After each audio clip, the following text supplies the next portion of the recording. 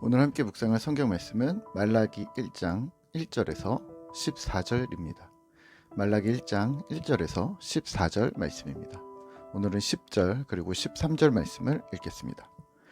만군의 여호와가 이르노라. 너희가 내 제단 위에 헛되이 불사르지 못하게 하기 위하여 너희 중에 성전 문을 닫을 자가 있었으면 좋겠도다. 내가 너희를 기뻐하지 아니하며 너희가 손으로 드리는 것을 받지도 아니하리라. 13절입니다. 만군의 여호와가 이르노라. 너희가 또 말하기를 이 일이 얼마나 번거로운고 하며 코웃음치고 훔친 물건과 저는 것, 병든 것을 가져왔느니라. 너희가 이같이 봉헌물을 가져오니 내가 그것을 너희 손에서 받겠느냐. 이는 여호와의 말이니라. 아멘. 오늘 함께 생각할 주제는 거부하시는 하나님입니다. 오늘부터 한 주간 묵상할 성경은 말라기서입니다. 우리가 이 앞전까지 호세아, 아모스, 이사야, 미가 등의 북이스라엘 시대의 멸망쯤에 활동했던 선지자들을 살펴보았다면 오늘은 이스라엘의 멸망과 바벨론 포로 시대를 지나 그리고 그 한참 후인 포로 귀환 후 또 성전과 성벽을 재건하는 시대에 지금 한참 지낸 시대의 선지자임을 기억하시면 좋을 듯 합니다. 그러니까 학개, 스가랴, 말라기, 에스라, 느헤미야 등을 동시대 인물로 생각하시면 됩니다. 특히 말라기 선지자 이후에 하나님의 임재나 선지자의 이상이 끊어졌다는 것을 기억하시고 이스라엘은 호된 심판을 겪었음에도 불구하고 다시 죄의 길로 성큼성큼 걸어가고 있다는 것도 염두에 두시면서 묵상하시면 전체적인 조망에 도움이 되실 겁니다. 오늘 말라기서에서는 하나님의 말씀이 선지자 말라기에게 임했는데요. 내용은 경고였습니다. 1절입니다. 여호와께서 말라기를 통하여 이스라엘에게 말씀하신 경고라. 말라기서 1장은 특이하게 누군가와 대화를 하는 것처럼 보입니다. 1인 다역을 하는 것처럼 보이기도 하는데요. 여튼 그래서 내용 전개가 다이나믹합니다. 2절입니다. 여호와께서 이르시되 내가 너희를 사랑하였노라 하나 너희는 이르기를 주께서 어떻게 우리를 사랑하셨나이까 하는도다. 나 여호와가 말하노라. 에서는 야곱의 형이 아니냐. 그러나 내가 야곱을 사랑하였고. 아멘. 하나님은 이스라엘을 사랑한다고 하셨습니다. 하지만 이스라엘은 하나님이 언제 우리를 사랑했느냐고 배은망덕한 반문을 합니다. 하나님은 아니다. 내가 너희를 사랑했다고 항변합니다. 그리고 너희의 그런 배은망덕한 태도에 영원한 진노를 내리겠다고 하십니다. 이번엔 제사장들에게 말합니다. 6절입니다. 내 이름을 멸시하는 제사장들아 나 만군의 여호와가 너희에게 이르기를 아들은 그 아버지를 종은 그 주인을 공경하나니 내가 아버지일진데 나를 공경함이 어디 있느냐. 내가 주인일진데 나를 두려워함이 어디 있느냐 하나 너희는 이르기를 우리가 어떻게 주의 이름을 멸시하였나이까 하는도다. 아멘. 하나님의 말씀을 따박따박 반대하는 이들은 말만 뻔지를 했지 실제 제대로 하나님을 섬기지 않았습니다. 7절입니다. 더러운 떡을 제단에 드렸습니다. 8절입니다. 눈먼 희생 제물, 저는 것, 병든 것을 하나님께 드렸습니다. 너희가 이런 물건을 세상 지도자에게 줄 수도 없으면서 감히 하나님께 이런 것들을 가져왔느냐라고 제사장들을 책망하셨습니다. 자신을 불쌍히 여겨달라고 해서 인정을 베풀었더니 뒤로는 하나님을 멸시하고 죄를 범하고 있었습니다. 결국 분노하신 하나님은 이들의 제사를 거부하십니다. 10절입니다. 만군의 여호와가 이르노라. 너희가 내 제단 위에 헛되이 불사르지 못하게 하기 위하여 너희 중에 성전 문을 닫을 자가 있었으면 좋겠도다. 내가 너희를 기뻐하지 아니하며 너희가 손으로 드리는 것을 받지도 아니하리라. 아멘. 성전 문을 닫으라.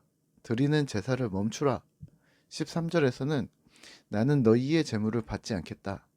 14절에서는 나는 나를 속이면서 드리는 제물이든 서원이든 나는 거부하겠다 하십니다.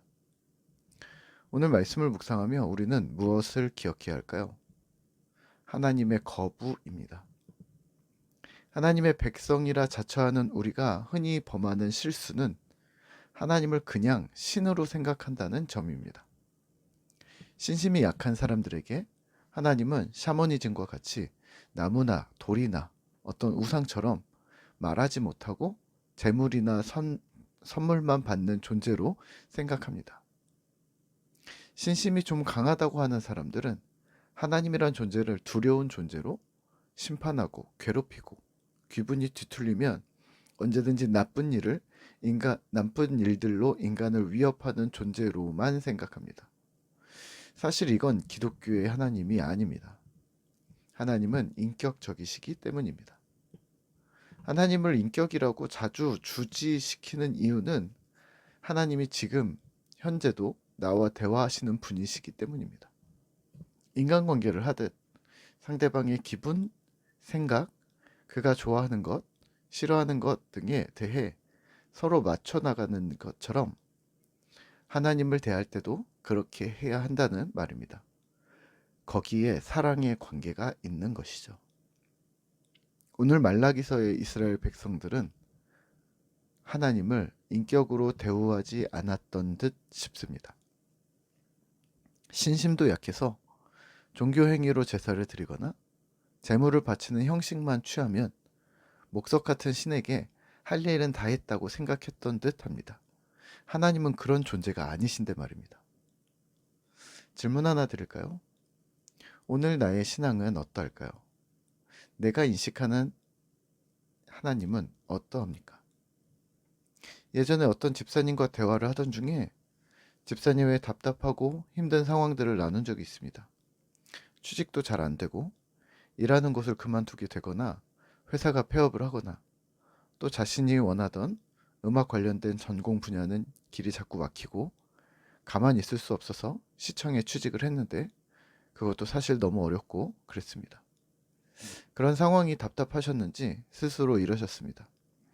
하나님은 저를 안 좋아하시나 봐요. 저는 할 것을 다 한 것 같은데, 다 해드린 것 같은데요. 물론 듣고만 있었습니다. 하나님에 대한 인식을 조금 보완하면 집사님이 상황을 믿음으로 바라보시는데 힘이 되지 않았을까 싶었습니다. 요는 하나님이 나에게 무엇을 원하시는가? 내가 하나님께 해드리고 싶은 대로 말고 남들이 하나님께 하는 대로 따라서 하는 것 말고 아버지 되신 하나님께서 과연 나에게 바라고 계획하신 것이 무엇인가를 찾아보셨으면 어땠을까요? 어떤 사람들은 하나님께 막대해도 된다고 생각합니다. 예배도 대충 드리고 기도도 내 맘대로 하고 성경은 알아서 한다는 명목하에 건성으로 읽습니다. 그렇게 해도 하나님은 날 이해해 주실 것이라고 착각하고 내로남불이라고 타인의 건성은 못 참아하면서 자신에 대해서는 특히나 관대합니다. 과연 하나님은 어떻게 생각하실까요?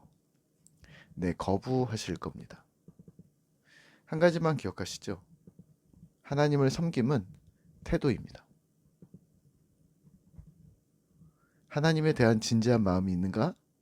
그분에 대한 사랑을 표현하려는 노력이 있는가? 그런 태도가 중요하다는 말입니다. 누군가를 사랑한다고 하면서 건성으로 대하고 이게 좋다고 하면서 원하지 않는 선물을 사다 주고 말하지 않아도 우리는 통한다고 하면서 대화도 안 하고 만남도 없다면 과연 사랑이 맞을까요? 하나님을 진심으로 공경한다면, 그래서 내 스승으로, 내 인도자로 여긴다면 우리는 그분을 진심으로 온 마음을 다해 섬기셔야 합니다. 사랑을 충분히 표현해 드리고 그분의 뜻을 찾고 따라 살아가기를 힘써야 하는 것이죠. 대림절 셋째 주를 지내며 그냥 예수님이 기뻐요 라고 섣불리 말하지 않으셨으면 좋겠습니다.